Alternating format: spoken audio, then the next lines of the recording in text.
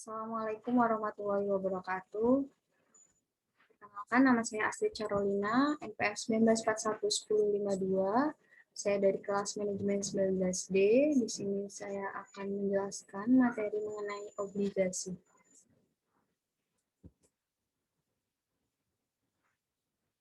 Pengertian obligasi. Obligasi adalah surat hutang yang diterbitkan oleh pihak yang berpiutang. Singkat kata, obligasi adalah surat hutang yang bisa dibeli dan pembeli akan mendapat keuntungan berupa bunga nantinya. Dalam obligasi berisi tanggal jatuh tempo pembayaran utang dan bunganya. Bunga dalam obligasi disebut kupon.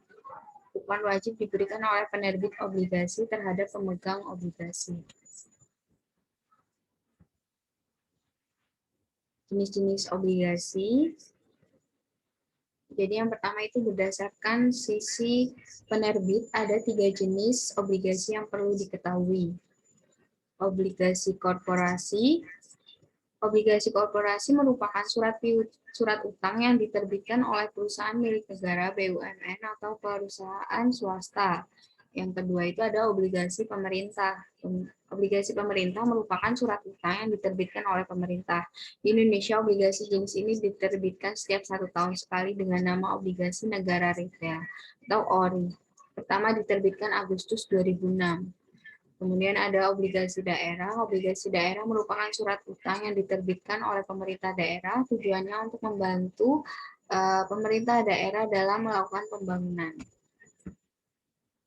Kemudian ada jenis obligasi berdasarkan nominalnya terbagi menjadi 2 jenis yang berbeda, yakni satu itu obligasi konvensional, merupakan obligasi atau surat utang dengan nominal yang sangat besar, yakni kurang lebih 1 miliar rupiah per slotnya. Kemudian yang kedua itu ada obligasi retail. Obligasi retail adalah surat utang yang mempunyai nominal yang kecil, contohnya 1 juta rupiah. Kemudian jenis obligasi berdasarkan pembayaran bunganya. Terdapat 4 jenis obligasi yang penting untuk diketahui. 1. Obligasi kupon. Obligasi kupon merupakan surat utang yang secara berkala memberikan bunga kepada pihak investornya. Kupon ini berisikan suatu nominal tertentu sesuai dengan kesepakatan kedua belah pihak sebelumnya. Yang kedua itu ada zero coupon bond. Adalah surat utang tanpa bunga dan tidak harus dibayarkan secara berkala. Pihak investor akan mendapatkan keuntungan dari selisih harga jual, diskonto, dan harga awal surat utang saat diperjualbelikan.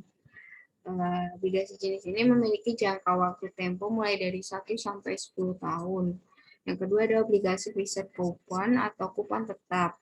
Jenis obligasi ini memiliki penawaran obligasi dengan tingkat suku bunga yang bernilai tetap hingga waktu jatuh tempo surat utang tersebut tiba. Kemudian yang terakhir, obligasi floating coupon atau kupon mengambang. Kupon yang ditawarkan oleh jenis obligasi ini bisa berubah nilainya tergantung dengan indeks pasar uang. Pada obligasi ini terdapat kupon batas minimal di dalamnya, yang berarti kupon yang pertama ditetapkan akan menjadi besaran kupon minimal yang berlaku sampai jatuh tempo. Nah, yang terakhir itu ada obligasi berdasarkan imbal hasilnya.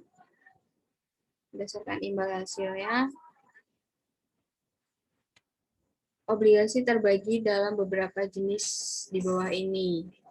Yang pertama itu ada obligasi konvensional.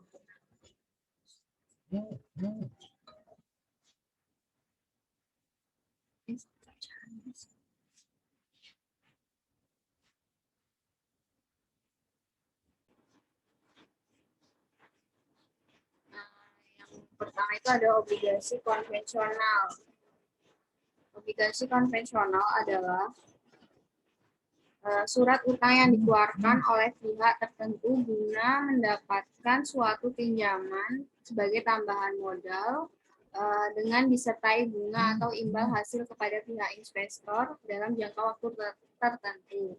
Yang kedua itu ada obligasi syariah.